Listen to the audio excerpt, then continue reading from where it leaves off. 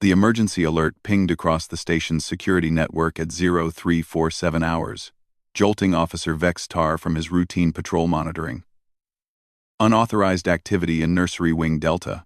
His three-fingered hand hovered over the alarm override as he pulled up the camera feeds, preparing himself for the worst: a breach, perhaps, or equipment malfunction in the section housing the Kreval young.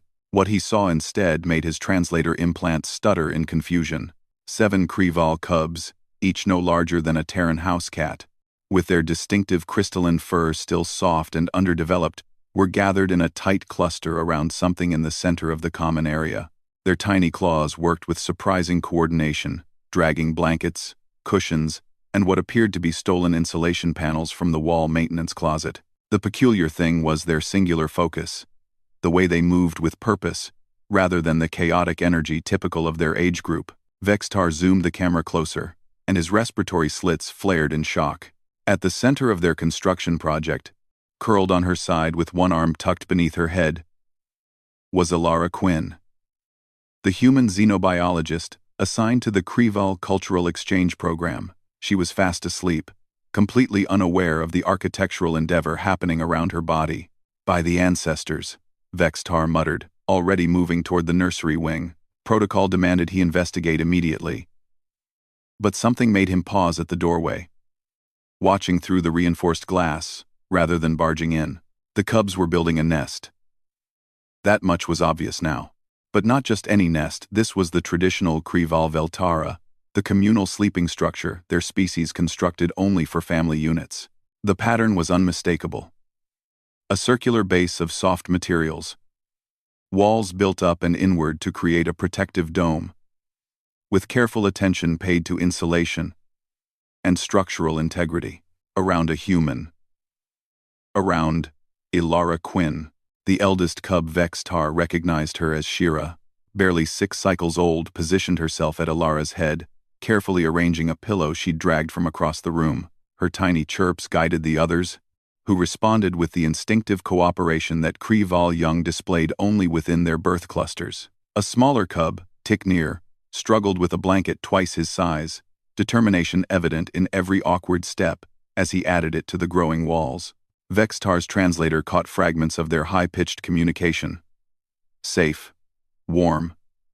Pack mother needs. Pack mother. The term struck him like a plasma bolt. Kreval cubs only used that designation for the female who birthed them, the one whose scent and presence meant absolute security in a dangerous universe. Yet here they were, 7 younglings from 3 different birth clusters, all agreeing on the same impossible thing. The human was their pack mother. He needed to understand this. Vex Tar accessed the daily logs, scrolling through the past 3 weeks since Alara had taken over the nursery duties from the previous xenobiologist. The notes painted a picture he'd been too busy to notice. Cubs, showing decreased anxiety levels. Feeding times more successful with Quinn present. Shira overcame her socialization difficulties today. 4. But it was the video logs that told the real story. Vex Tar watched, accelerated playback showing Alara's interactions with the cubs. She didn't just feed them or monitor their health. She sat on the floor with them, letting them climb over her strange flat face and bipedal body.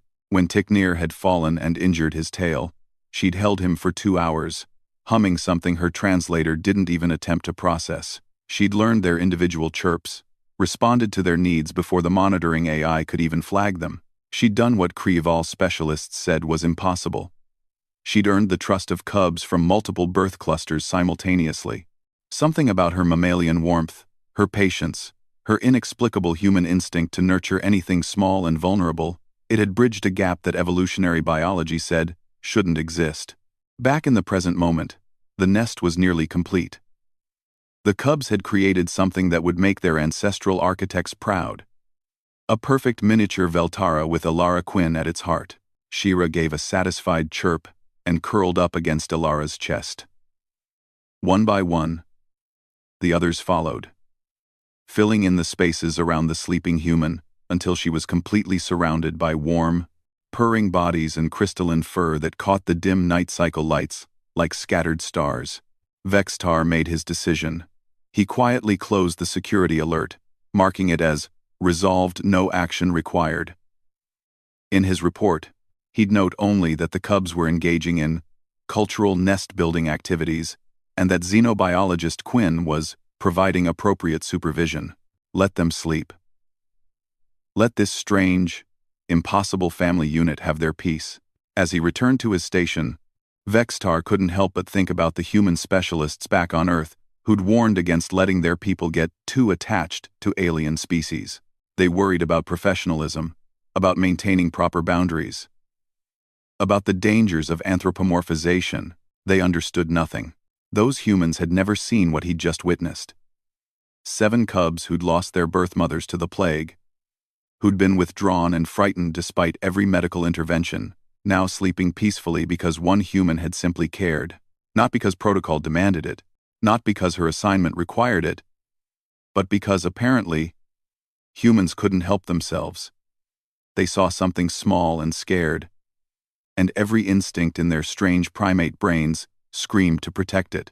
The Krevul had a saying, "The strength of the pack is measured not in claws, but in the warmth of the nest."